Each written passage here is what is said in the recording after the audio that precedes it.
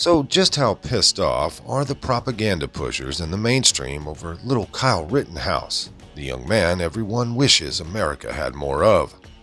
Just how jealous are the folks over there on Team Communism right now that we have turned, well, actually, they have turned little Kyle, the dumb hick white boy do-gooder in their eyes, into the poster boy in every way for generations to come.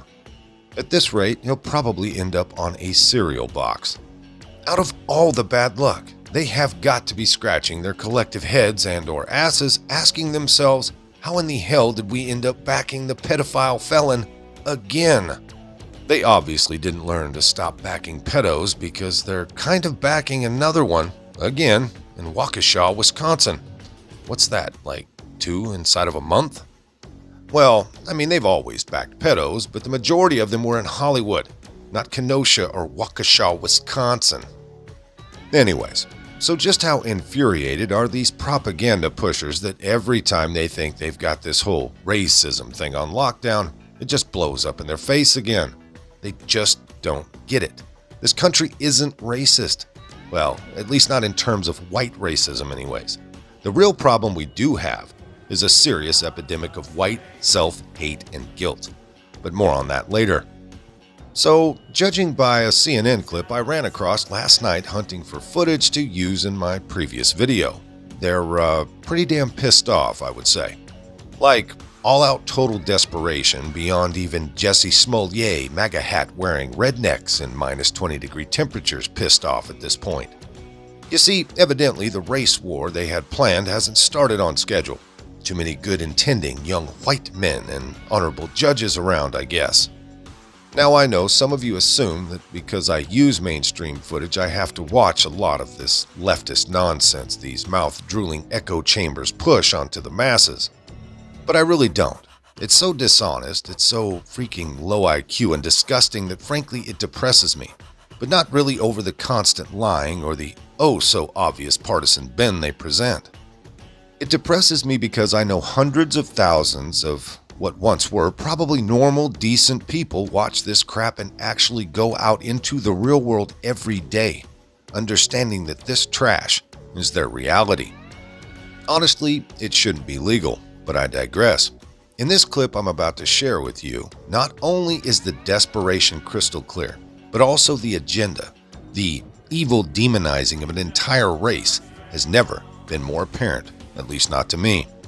So let's take a quick commercial break and then we'll break down this clip on the other side. Friends, I'm going to point out the obvious. It seems like big government and big tech are trying to destroy America. Everything they touch turns into a disaster. Pretty soon the whole system will fall apart, and the first thing to fall will be the food supply chain. So, do you have enough emergency food to get through a serious long-term crisis where you can't get food at the grocery store? Most people don't, and they'll panic when the time comes. That is why the smart move now is to get long-term storage emergency food before things go bad. I highly recommend My Patriot Supply. They've served millions of American families and have over 41,000 4-star and 5-star reviews. Their mission is your survival, and right now you can save 25% on a 4-week kit of emergency food that will save the day, probably soon. Order a starter kit for each member of your family and they'll ship everything quickly and discreetly to your door. Go to preparewithresurgence.com so you can claim your 4-week emergency food kit and save 25% in the process. That's preparewithresurgence.com or hit that link in the description box. Good evening. The jury in the cases of the 3 white men charged in the killing of an unarmed black man, Ahmaud Arbery, just wrapped up its first day of deliberation. It's one of 3 cases we're focused on this evening. All have captured the attention of Americans across the political spectrum and delve into issues of either race or far-right extremism. And also, importantly, whether we're too divided as a nation to agree on an appropriate definition of the word justice. I'm John Berman, in for Anderson. We'll get to the men charged for killing Ahmaud Arbery in a moment, but we begin with the breaking news on a pair of legal cases that involve 2 of the most tragic episodes of violent right-wing extremism in this country's recent history. First in Charlottesville, Virginia, where a partial verdict was announced just hours ago in a civil case brought against some of those involved with that 2017 Unite the Right rally that left one woman, Heather Heyer, dead. In a moment, we'll hear reaction from her mother. First, though, CNN's Ellie Reeve joins us now. Ellie, what can you tell us about the verdict? He, during this trial, got fired from McDonald's because someone saw him on the news and figured out that he was a professional racist. So yeah, like a lot of these guys are out of the movement. But the old money white nationalists behind the scenes who funded them and nurtured them, they weren't involved in this case. And so they're still out there. Huh. Well, Ellie Reeve, as I said, you were there that night in 2017. You're there tonight. I imagine there are more chapters in the future you'll be covering as well. We appreciate the work you're doing on this.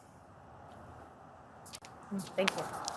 As we mentioned, one woman was killed during that 2017 rally. Her name was Heather Heyer, a 32-year-old paralegal. She was killed when one of the defendants drove his car into a crowd of counter-protesters. That man is now serving multiple life sentences. We're honored that Heather's mother, Susan Bro, could join us tonight. Susan, very nice to see you. We appreciate you being with us. More about the divisions that we're seeing day in and day out in society and sort of giving a sense of what is acceptable and not acceptable. And this jury may have laid down a marker and said, this isn't right. That being said, I want you to talk about what is right. I want you to talk about your daughter, Heather Heyer, for us. Just remind us who she was and what you want her legacy to be. Okay, so the obsession with finding a racial needle in a haystack is on any other day just sadly obvious and actually pretty damned boring at this point. On any other day, I would find it funny that out of desperation, CNN feels the need to cover a story they already beat to death, 4 years ago? The shocking, frankly infuriating feeling that comes over me when I see this kind of obnoxious race baiting is that this is just days after 6 people were killed and 40 plus wounded by a lunatic mowed down during a freaking Christmas parade. And anyone, I mean anyone, knows damn well if that driver was white, CNN, MSNBC, and the rest would literally be treating this like a nuclear attack. But no, let's go back to Charlottesville and check in on those Tiki Torch boys 4 years later. Yeah, that's the ticket. Let's pay Heather Heyer's mother to come on and hopefully cry a lot and condemn white males as savages not fit to be allowed in normal society. During the interview, he said, quote, "I want you to talk about your daughter. I want you to talk about Heather and remind us just who she was." Now, folks, of course I feel for the loss of her daughter. I truly do. It was a tragedy. But the jackass can't even ask her a legitimate question.